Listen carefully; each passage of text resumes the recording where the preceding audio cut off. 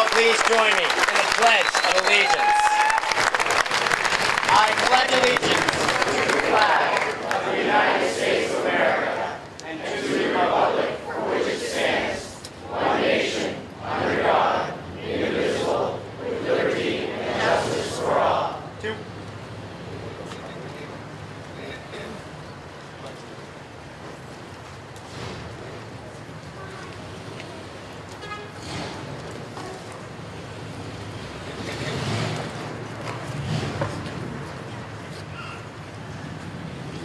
Ladies and gentlemen, my name is Dan Fishman. I am the New England Director for Johnson Weld campaign. I want to thank you all for coming out. They said, is there going to be an issue with the weather? And I said, New Hampshire and Liberty? No, not going to be an issue at all. So, please come in a little bit closer. Thank you all for coming out here. I want you to know that we are geocaching this on Instagram, so if you have, or Snapchat, if you have the ability to do that, please tag it. Let everybody know that we're going out there. One of the things that makes a big difference for us is that our volunteers actually support the campaign. We get the message out there electronically. So, the people that you came here to see, it's amazing how that works. Thank you. So, the people that you came here to see, let me introduce Ms. Leslie Marshall, Governor Bill Weld, and the next President of the United States, Gary Johnson.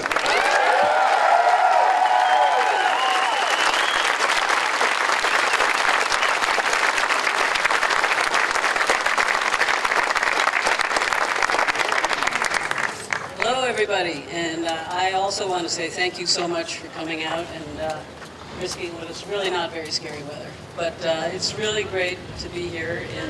I'm Leslie Marshall, by the way, and I'm married to Bill Weld. Louder? Did someone say that? Okay. I'm Leslie Marshall, and I'm married to Bill Weld, vice presidential candidate. And I'm really excited to be here in New Hampshire.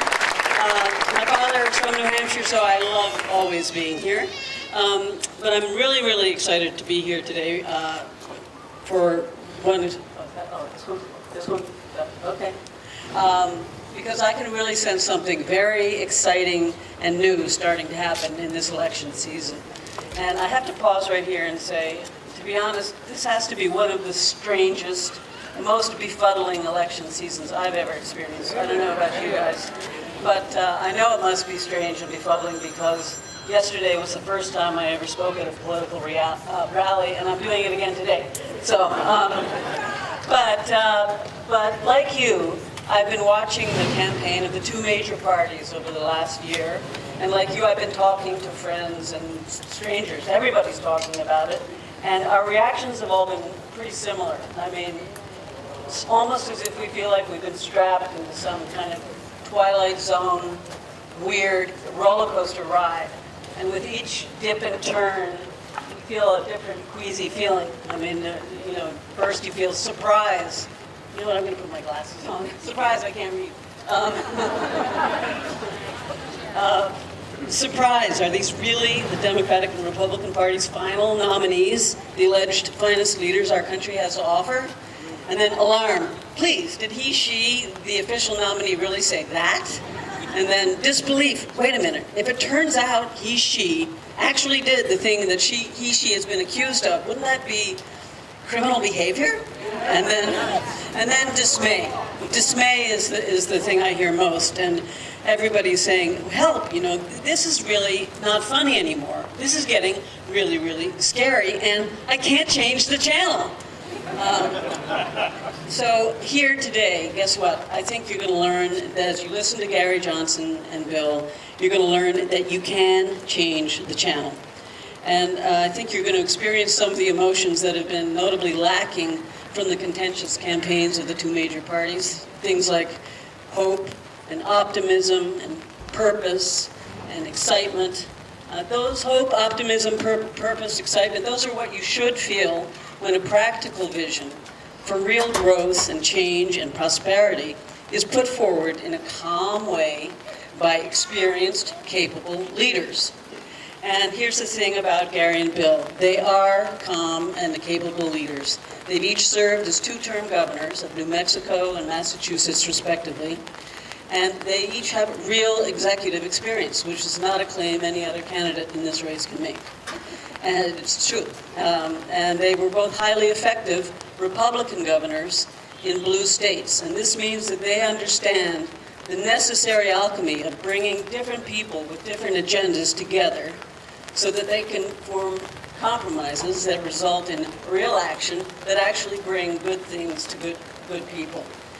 So they were not just powerful and effective in office, they were also very popular. They were both reelected by wide margins.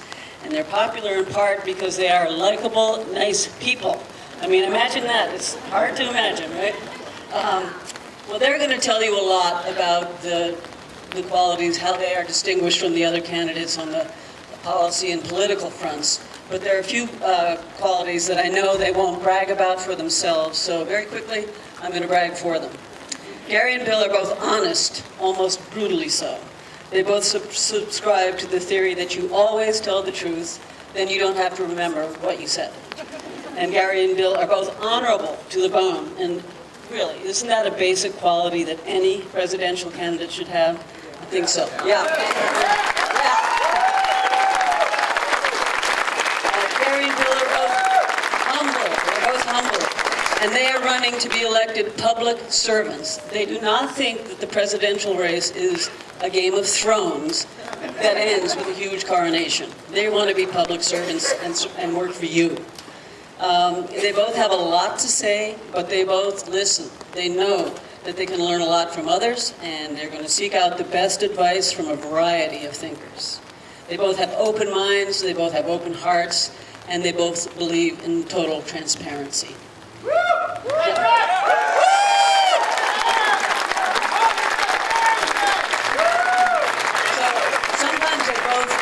Try to disguise this with this sort of quixotic goofiness that they both fake. But they are both extremely intelligent in a sheer gray matter sense. I mean, Bill used to be famous with his friends for playing 3 games of chess simultaneously while blindfolded. And last week, Gary and Bill played against each other chess for the first time in New Mexico, and Gary won quite easily, I think. So they're good friends. They've known each other since they were governors together, and they enjoy each other's company more and more. I can see it as they spend time together, and they respect each other's opinions, and they plan to combine their judgment and experience and govern as a team. Yeah. So, two for the price of one.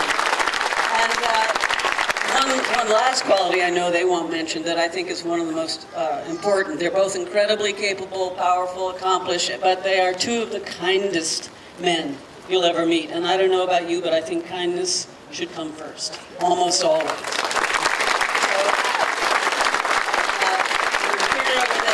Just before I do, I want to point out what I think is maybe the most extraordinary and exciting aspect of the Johnson Weld team. And that is that this ticket is really an unexpected gift. It's an incredible opportunity for all of you, for all of us in the country, to step forward and show that as citizens, we can and do think and act, not just for ourselves, but for the greater good of the whole country. And there is no constitutional law that says a president must be bought into office from one of 2 long-standing parties. There is no guarantee that any party or any governing body, no matter how noble it was in its conception, will never, over time, become ossified, self-serving, and ineffective. In fact, history shows just the reverse. Change and evolution are as inevitable in political systems as they are in everything else in life. And in political systems, as in everything else in life, intelligent adaptation is the key to survival. I know this is not a state where people need to be told to think for themselves. I'm aware of that. But please consider that in this extraordinary election season, each of you has the power to help the country adapt, not just to survive, but to thrive. By being bold enough to vote for the candidates you feel are best for the country, regardless of any rigid assumptions about party affiliation, you can help overhaul the rusted old machinery in Washington. You can help replace those misfiring spark plugs and the busted transmission and fill the empty tank so that we can all move forward. I hope you will feel the hope and optimism and purpose and excitement that are popping off the team of Governors Gary Johnson and Bill Weld.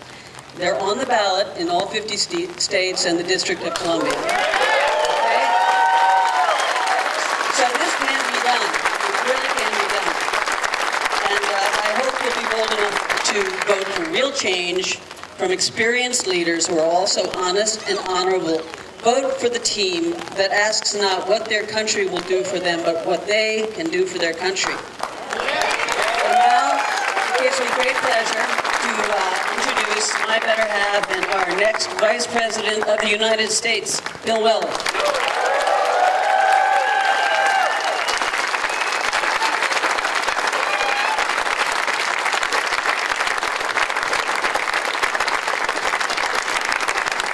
Baby. Well, that was an address full of true facts. It's a great pleasure to be back in New Hampshire after only a short absence. I was up here fishing just a few weeks ago up in the great metropolises of Surrey and Gilson. But one reason it is a great pleasure to be here is our informal motto around Libertarian headquarters is "Live Free." You know, this is live free or die country, and we are very much at home here.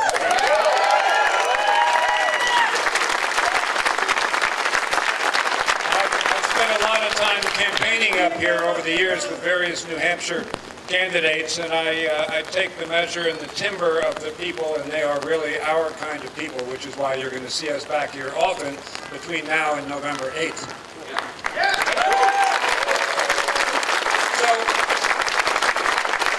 Further to what Leslie said, I do feel both hope and excitement, and I'm filled with happiness these days because I think things are happening, and Gary and I, in a way, are breaking a glass ceiling in making the world safe for alternate voices, in addition to the monopoly parties in Washington who've done such a great job delivering with their partisan hype the last 10 years.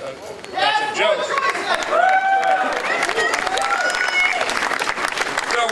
We do offer a mix of policy views that is not represented by either other party. We not only say that we are fiscally responsible and conservative, we can prove it, because both of us were two-term Republican governors of blue states. We succeeded Democratic governors. Both of our states were in a fiscal hole when we took over. In my case, I remember cutting taxes 21 times, cutting spending. At the beginning of my first term, Massachusetts had the highest unemployment rate of the 11 industrial states. At the end of my first term, it had the lowest, because people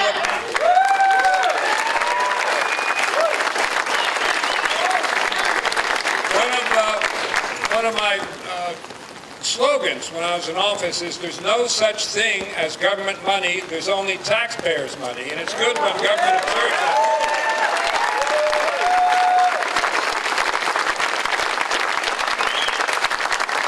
That should be posted in both the major party headquarters, I suggest. On the social side, you know, the Libertarian Party is synonymous with liberty and freedom, and we really feel that whatever views anybody wants to have on gay marriage, abortion, immigration, difficult issues, that's fine as long as they don't try and force it on others and rub anybody else's nose in it. So you could call us almost agnostic.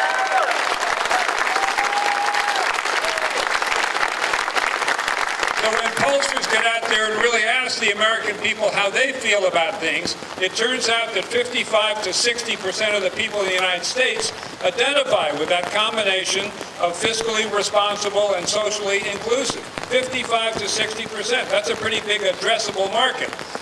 Gary likes to say that we really have a 6-lane highway going right up the middle between the two monopoly parties. And it means that what we have to do is get in a situation where we can speak frankly and openly to them with the whole world watching. And that means getting into the presidential debates in September and October.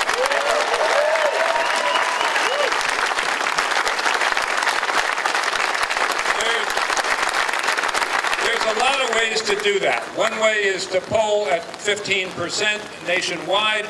Another way is to poll over 15% in a certain number of swing states. Gary right now is polling at over 15% in 5 or 6 swing states, so that test has already been met.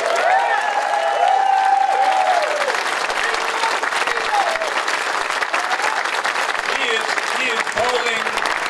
at 11, 12, 13% in recent polls, and that's with only 30% of the people in the country knowing who he is. When we get out there and spend money the next month and crisscross the country, get that figure up to 50%, his favorable is going to go not to 15%, but to 20, 25%.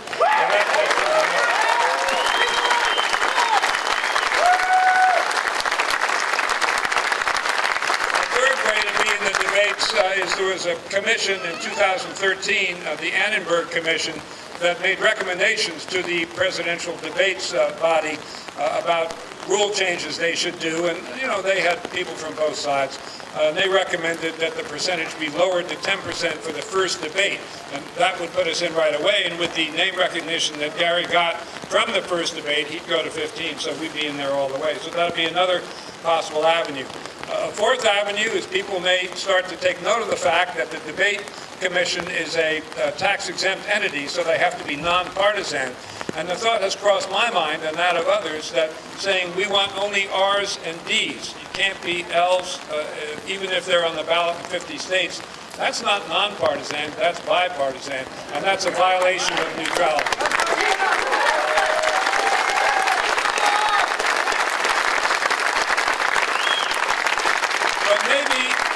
Maybe the most straightforward way for us to get in debates is just the force of popular opinion. There's a poll that came out today that said that 62% of the American public thinks we should be in the debates. That's a big figure.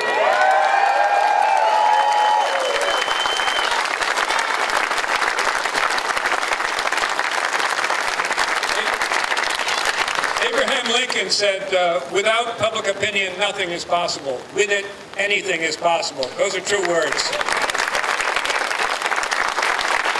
So we look forward to carrying the banner into September and October. We have no ambition short of running the table and winning the whole thing when we get there, because we think we have winning arguments. Nobody can deny that we made a difference in our states. Nobody can deny that we worked across the aisle with Democrats to get stuff done, which they don't do so much in Washington, D.C.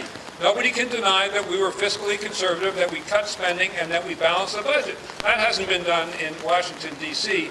in many decades. So we're not just saying, here's a promise, as from the Democrats, as to all the wonderful things we're going to do for free, or really a conclusory statement from Republican standard bearer, just it's going to be great. No particular granularity about how we're going to get there, because frankly, I don't think he has the granularity. He just has the adjectives and the adverbs, no facts. But in our case, it's a settled fact as to what we've done, and I think that'll make a difference to the voters when they really look at the situation. And I think the point that Leslie, my wife, made is an important one, that this is a year when people have almost a responsibility to take matters in their own hands and think for themselves and make a considered choice. And people say, oh, isn't a vote for a third party a wasted vote? Well, it's really not. It's really not if the so-called third party is the one that you agree with. In fact, voting for someone you don't agree with, that's a wasted vote.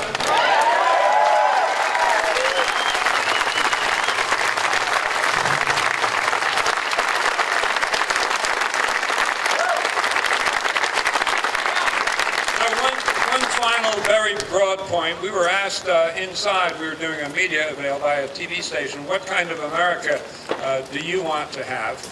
And my answer was, I want to have an America where people's teeth are not set on edge against each other, where groups are not set against groups, where groups are not discriminated against as a group, where everybody can pursue their own dreams and freedom and liberty, where the happiness and the prosperity and the liberty of the American people is maximized, where the individual can never be thrust in a corner. That's the essence of a functioning democracy in my book, and that's the kind of America that I have in view. And frankly, it's not the kind of America that we've seen with the screaming match between the two major parties this calendar year.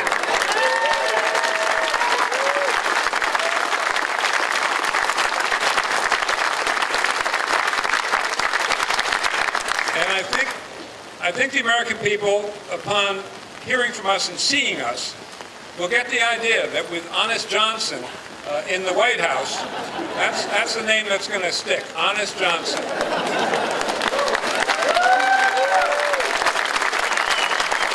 There will be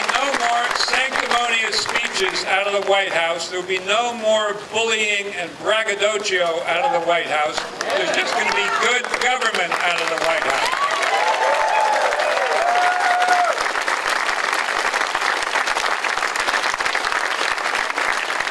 It's a distinct difference in tone, and it's fueled by the man who's going to be responsible for making the prediction come true that we can run the table and win it all, and that would be the next president of the United States, Gary Johnson.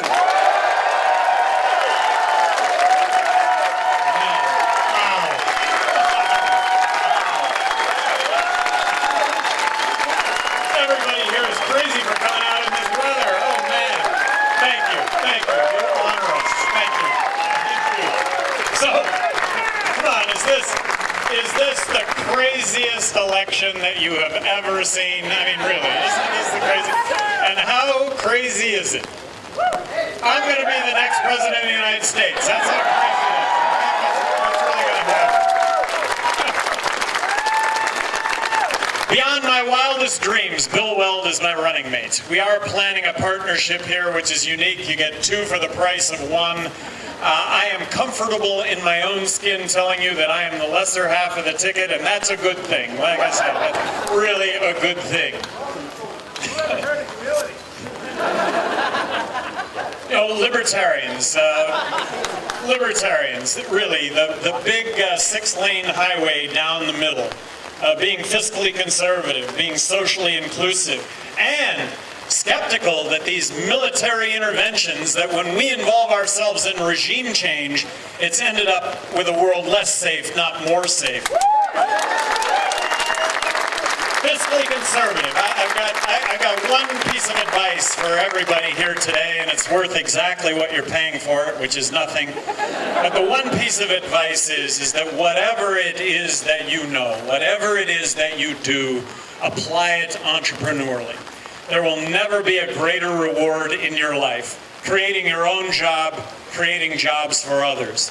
And when it comes to government, government can play a role in making that as easy as possible, and you have Bill Weld and my pledge that we will make that as easy as possible. Reduce barriers to entry, make it easy. The economy of the future, the sharing economy, Airbnb.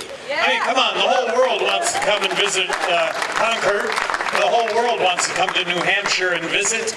Airbnb affords that opportunity. Government gets in the way of Airbnb. I'm in Baltimore. I'm talking to a young woman who got her doctorate in science. She says, I have these horrible student debts, but I figured out a way to pay them back. Airbnb. Man, I have a pathway to paying them all back, but guess what? City of Baltimore stepped in and banned Airbnb. Well, that's government. No, it happens. Uber right now. Uber is being opposed by Hillary Clinton. I think the model of the future is Uber everything. It's allowing you and I, with what we know, to be able to deliver what we know to the end user without a middleman. We make more money. The end user pays less. I mean, it's a win-win situation. But in my opinion, like I say, that is the model of the future. Crony capitalism. Look, we're all against crony capitalism, but I think that a majority of Americans right now have associated crony capitalism and free trade as one and the same, when in fact they are absolute opposites. Crony capitalism is when the government gets involved, when the government picks winners and losers. Free market is when the government doesn't get involved. Right now, with regard to the internet, look, we all have an equal opportunity with everybody else in the world right now because of the internet. I think the greatest freedom tool that has ever existed. And right now, I tell you what, there's a slew of legislation right now that is trying or will try to limit those, limit the ability of those to be successful on the internet. They're going to try and limit that ability to those that have been successful and have made money.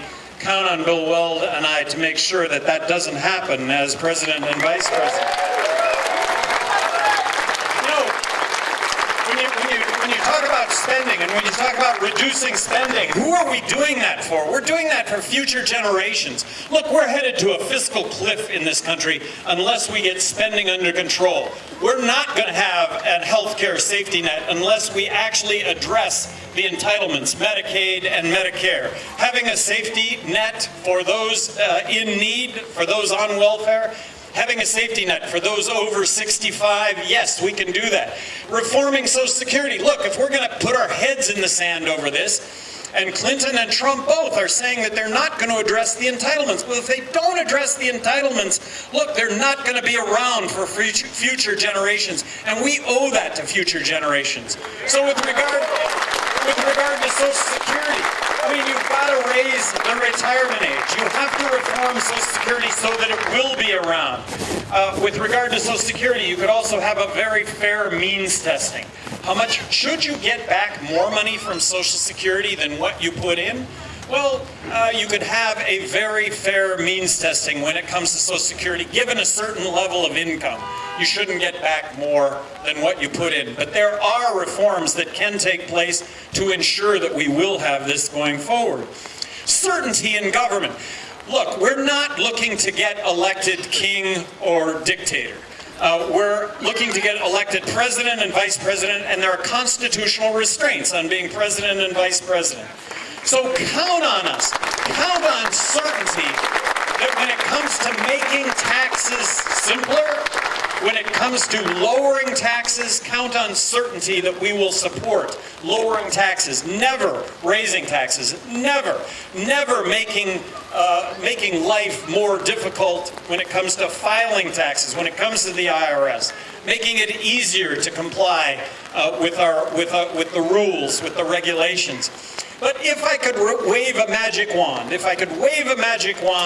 I would abolish income tax, I would abolish corporate tax, I would replace it with a federal consumption tax, that if we did that, I believe for no other reason, tens of millions of jobs would get created in this country, because why would you start up or grow a business anywhere in the world given a zero corporate tax rate in the United States? And who pays for corporate tax? We pay for corporate tax. Don't kid yourself. And if we had one federal consumption tax, no income tax, no corporate tax, pink slips would get issued to 80% of Washington lobbyists, because that's why they're there. They're there to garner tax favor.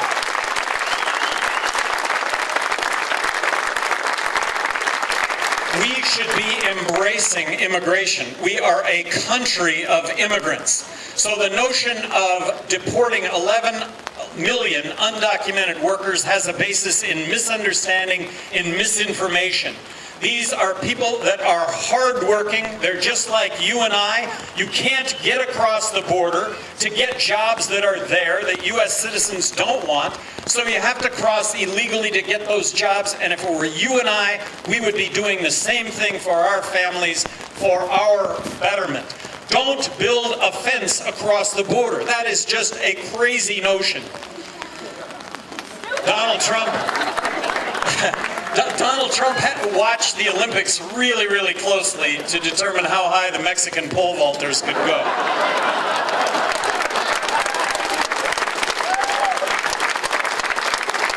Make it as easy as possible for somebody that wants to come into this country and work to be able to get a work visa.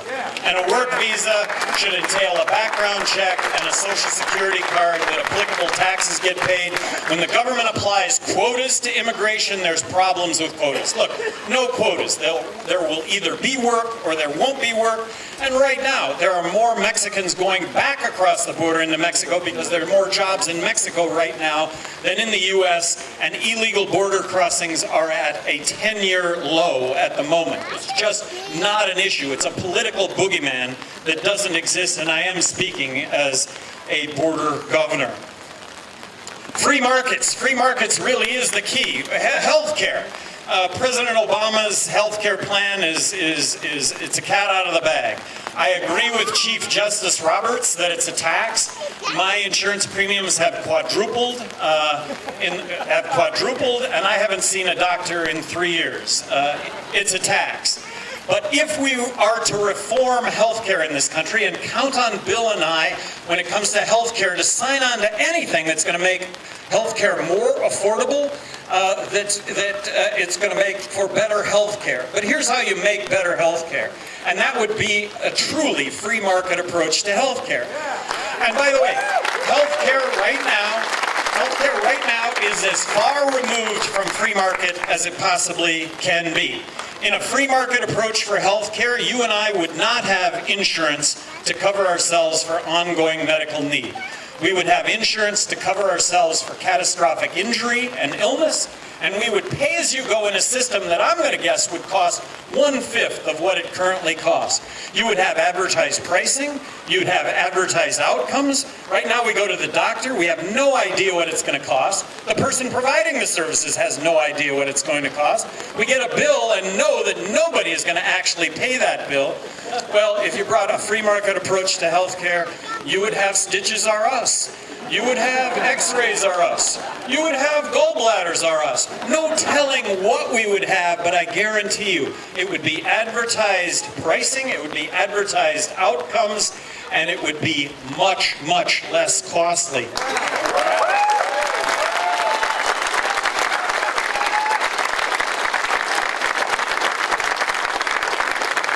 Standing out in the rain. Oh man, you do us honor, you really do. Term limits is a silver bullet. Come on, term limits. If we had term limits, politicians would do the right thing as opposed to whatever it takes to get reelected. We would not have a $20 trillion debt if term limits were in effect. Fiscally conservative, socially inclusive. Socially inclusive, what does that mean? It means that we should be able to make choices in our own lives on everything. On everything. Unless those choices put other people in harm's way. That's when government has a role. But with regard to choices, believing in marriage equality, believing in the constitutional right of marriage equality, abortion. How can there be a more difficult decision in anyone's life, and anyone, that would be the woman involved, on whether or not to have an abortion? But who, other than the woman involved, should be making that choice? No one but the woman involved should be making that choice.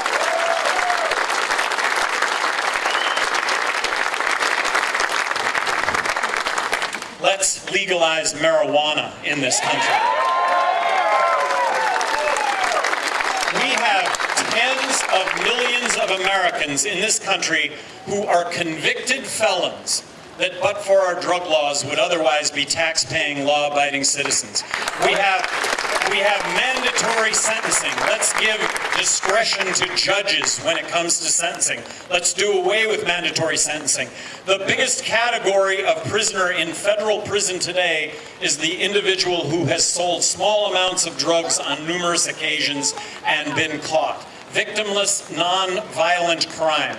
As President of the United States, as Vice President, we're promising to deschedule marijuana as a Class 1 narcotic right off the bat.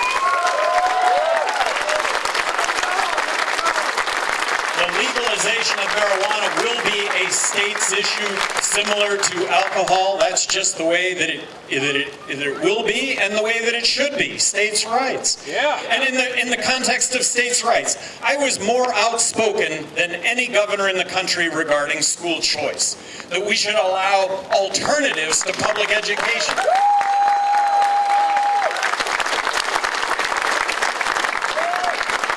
Unleash 1 million educational entrepreneurs to deliver better products and better services when it comes to education. I can't believe we're still doing the bricks and mortar thing, kindergarten through 12th grade, and then moving on to higher education. We can do better than that. But what is it that the federal government should do when it comes to education? Not to be there in the first place. New Hampshire gives. And this isn't just the Department of Education, it's the federal government. But New Hampshire gives the Federal Department of Education 13 cents, and then they get back 11 cents. How do you like that equation? And get back, you know, you give it to them in the first place, now they're going to give you back 11 cents, but then they tell you that you have to do A, B, C, and D to get the 11 cents, and to do A, B, C, and D, it costs you 15 cents. So how about leaving that 6 cents in the state of New Hampshire from the very beginning and let states determine how they're going to spend that money? I mean, that would be a much better spent resource if that were the case. And there are some departments that stick out that should be abolished, and there are some areas in these departments perhaps that should be retained, but in an entire agency, the Department of Commerce comes to mind, Housing and Urban Development comes to mind, Homeland Security. Come on, do we really need another agency of the federal government when it comes to law enforcement? I don't think so. As governor of New Mexico, I came to recognize that the death penalty is flawed public policy. You may agree with the death penalty, but you know what? There's an error rate when it comes to the death penalty of arguably 4%. I don't want to put one person to death to punish 999 that are guilty, much less 4 when 96 are guilty. When Governor Ryan, in the mid-90s, when Governor Ryan of Illinois ordered a review of 36 inmates on death row, and over 20 of them were released because of DNA testing, and that categorically they were innocent, this is flawed public policy. It costs less to lock a person up for the rest of their lives than it is to put a person on death row and pay for the attorneys that go through endless appeal for those that are on death row. But then when somebody gets off of death row because they've been proven to categorically be innocent, how can you put a price tag on what has been paid to attorneys to accomplish that? Guns, Second Amendment. Look, we support the Second Amendment.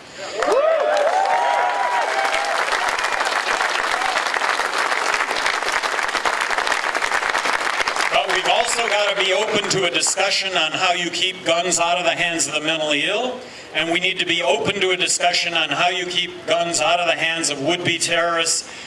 The FBI in Florida, if I were President of the United States, I would want to know what transpired between the FBI and the shooter in Florida. I'll bet the FBI has some real ideas about how we move forward. Obviously, the system worked up until a point, but let's be prudent about that.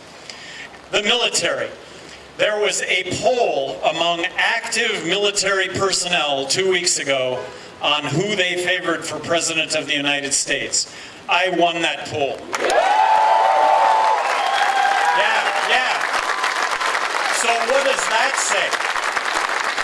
I think what that says is that these guys, Weld and Johnson, are going to judiciously use the military. They're going to use the military when we're attacked, and we'll attack back. But when it comes to regime change, when it comes to being the world's policeman, look, this has had a really unintended consequence of making things worse, not better. Regime change. Iraq. You've got ISIS that flees to Syria, Libya, or their numbers are strengthened in Syria and Libya. And you can't make this up, and it wasn't intentional, but Hillary Clinton and Barack Obama, they went in and they supported the opposition in Syria and Libya to support regime change. We armed the opposition in Syria and Libya to support that regime change, and guess what? The opposition got beaten, and all of those arms ended up in ISIS hands. That's the unintended consequence of being at war all the time. Let's stop being at war. Let's bring the world together with free trade and diplomacy. And with regard to diplomacy, joining arms with Russia, that's how we're going to bring an end to the Syrian conflict.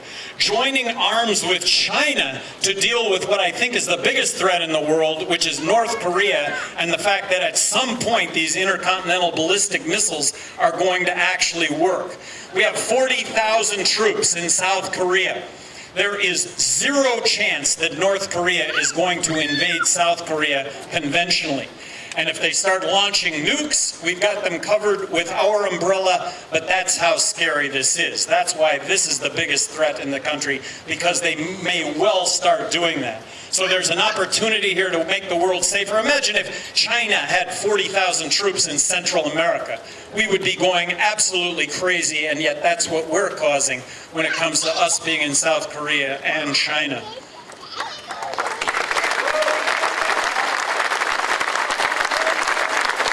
Has America ever been better? Has it ever been better? We get along better than one another. We communicate better with one another. Our kids are smarter than ever, and the number one law enforcement tool that we have is our smartphones in our pockets.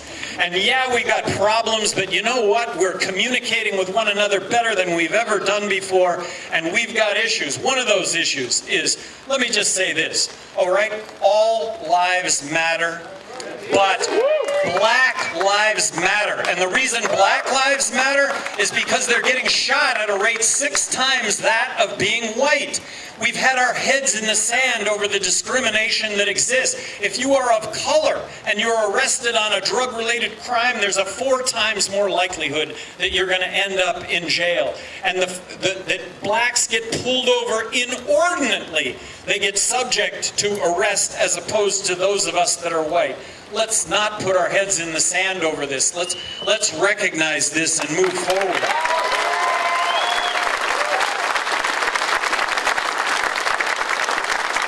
A couple of issues of late with regard to me and the campaign, and I love the campaign. I love, this is supposed to be an intellectual discussion about the issues, and so with regard to a carbon tax, if any of you heard me saying I support a carbon tax, look, I haven't raised a penny of taxes in my entire political career, and neither has Bill. I was looking at what I heard was a carbon fee that potentially from a free market standpoint would actually address the issue and cost less. I have determined that, you know what, it's a great theory, but I don't think that it can work, and I've worked my way through that, all right?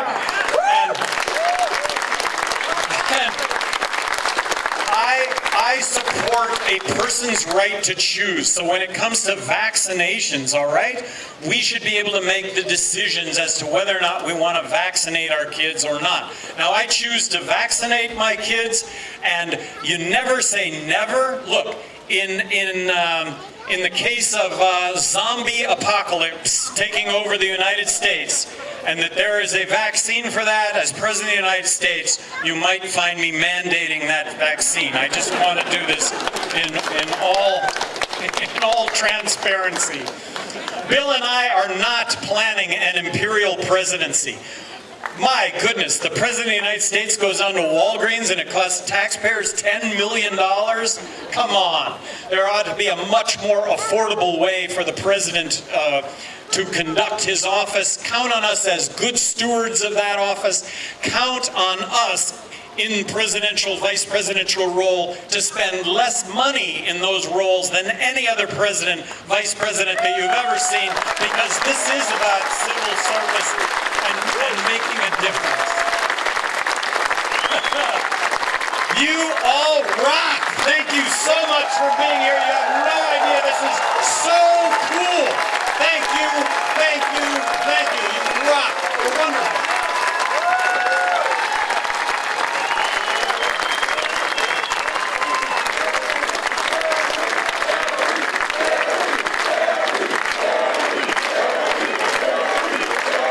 It doesn't end here. Okay, you just heard 2 gentlemen up here who are going to change American politics and change your lives forever. But part of that change comes from you. So as the guy who's here to represent the campaign, I need you guys to sign up. johnsonweld.com/volunteer. It makes a difference. If you can give us an hour a week, that makes a difference. If you can give us an hour a day, that makes an enormous difference. Think about what you're doing. Think about what you heard here, and think about the change that you're willing to put in to make this country what we know it can be. Ladies and gentlemen, one more round of applause for the next President and Vice President of the United States.